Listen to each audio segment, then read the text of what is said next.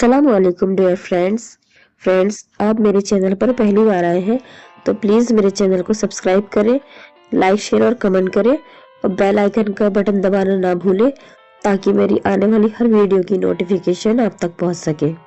शुक्रिया। गोपाल भांड अपने वाक्य चातुर्य और समाज के अनुसार खुद को ढाल लेने की अपनी विशिष्ट क्षमता के कारण महाराज कृष्णचंद्र का चहेता बन गया था। महाराज भी उसकी वाक्पटुता और बुद्धि कौशल से बहुत प्रभावित थे। उनका मन उसके साथ लगता था। अब वे दरबार के बाद भी गोपाल को किसी न किसी बहाने रोक लेते, उसके साथ इधर उधर की बातें करते, घूमते टहलते। एक दिन की बात है, महाराज ने गोपाल भांड से कहा, गोपाल, आज दरबार के बाद थोड़ी देर रुकना, सीधे सरपट घर की राह मत पकड़ लेना। गोपाल ने शिष्टावश कहा, जो आज्ञा महाराज। शुरू से अंत तक उस दिन दरबार गहमा गहमी वाला बना रहा।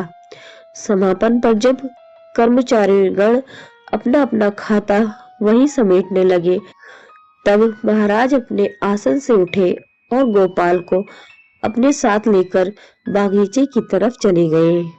देर तक महाराज बागीचे में टहलते रहे और गोपाल से बातें करते रहे। बागीचे में टहलते टहलते वे दोनों उस भाग में आ गए जहां फलदार वृक्ष लगे थे। गोपाल को पके कटहल की सुगंध मिलने लगी। उसे कटहल बहुत पसंद था। जैसे जैसे दोनों आगे बढ़ते रहे, कटहल की गंध और तेज होती महसूस हुई। चलते चलते वे दोनों उस स्थान पर पहुंच गए जहां कटहल के पेड़ों का लंबा सिलसिला था। पेड़ों के तनों से लटके पके कटहलों को देखकर गोपाल के मुंह से पानी आने लगा। इच्छा हुई कि वे महाराज से कटहल मांग ले, मगर संकोचवश वे ऐसा नहीं कर पाया। सूरज डूबने के बाद जब अंधेरा घना होने को आ गया, तब महाराज ने गोपाल को घर जाने की इजाजत दी।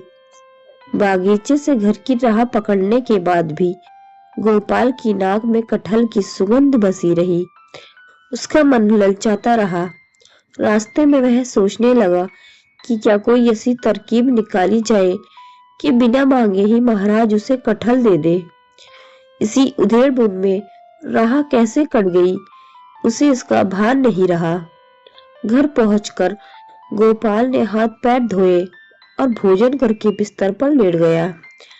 कटहल की श्वास उसे याद आती रही। अंततः कुछ निश्चय कर वह सो गया।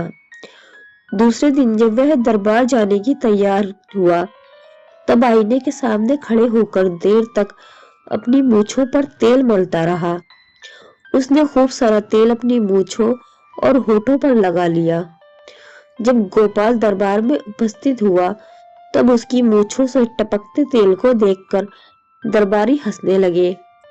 दरबारियों के हंसने का कारण जानने के लिए महाराज ने जब गोपाल की ओर देखा, तब उन्हें भी हंसी आ गई। उन्होंने गोपाल को छेड़ते हुए पूछा, क्यों गोपाल, अभी तुम क्या किसी तेली के पास से आ रहे हो? महाराज के इस सवाल पर सभी दरबारी हंस पड़े। हंसी का यह सिलसिला तक दरबार में चलता रहा। गोपाल मेधा बल, वाक्पटुता और बुद्धि चातुर्य की महाराज द्वारा इसी दरबार में प्राय सराहना की जाती रही थी, जिससे सभी दरबारी गोपाल से जलते थे। आज जब महाराज ने उसकी तेल से चुपड़ी मूंछों के कारण उसका उपहास किया, तो दरबारियों को अपनी भड़ास निकालने का अवसर मिल गया। हंसी के बहाने वे दरबार में गोपाल का उपहास ही तो कर रहे थे।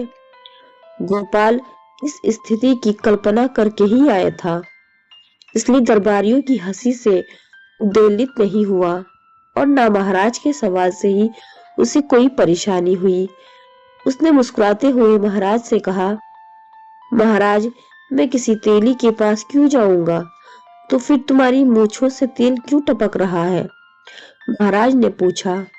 महाराज, ये तो सतर्कता के लिए लगा लिया है, गोपाल ने उत्तर दिया। कैसी सतर्कता? महाराज ने पूछा। महाराज, गोपाल ने मुस्कुराते हुए कहा, कटहल का लासा बहुत गाढ़ा होता है, चमड़ी पर लग जाए तो छूटना मुश्किल, मूछों पे लग जाए तो मूछ मुड़ाए बिना कोई उपाय नहीं है उस लाशा से छुटकारा पाने का। और महाराज, मैं अपनी मूछों से बहुत प्यार करता हूँ, इसलिए उसकी सुरक्षा के लिए मैंने मूछों में पर्याप्त मात्रा में तेल लगाकर आया हूँ। महाराज उसके उत्तर से चकरा गए हैं। अरे, ये राज दरबार है, यहाँ तुम्हें कटहल के लाशे से बचाव की क्या जरूरत है? महाराज ने पूछा। गोपाल थोड़ी देर तक महाराज को देखता हुआ मुस्कुराता रहा, फिर बोला, महाराज, कल बागीचे में मैंने कटहल के पेड़ों पर पककर तैयार हुए सैकड़ों कटहल लटकते देखे। मुझे लगा कि यदि महाराज आज्ञा देंगे तो निश्चित रूप से मुझे कटहल खाना पड़ेगा, इसलिए महाराज को फिर हंसी आ गई। लेकिन इस बार कोई दरबारी हंस नहीं पाया। सबने समझ लिया कि गोपाल ने अपने लिए कटहल की जुगत भिड़ा ली है। महाराज ने हंसते हुए माली को बुलवाया तथा आज्ञा दी कि अभी 5-7 तैयार कटहल तोड़कर गोपाल के घर भिजवा दिए जाए। गोपाल मन ही मन मुस्कुराता हुआ अपनी मूछों के तेल को पोंछने में लग गया। फ्रेंड्स, आपको मेरी कहानी पसंद आई है तो मेरे चैनल को सब्सक्राइब करें, लाइक, शेयर और कमेंट करें। शुक्रिया। अल्लाह हाफिज।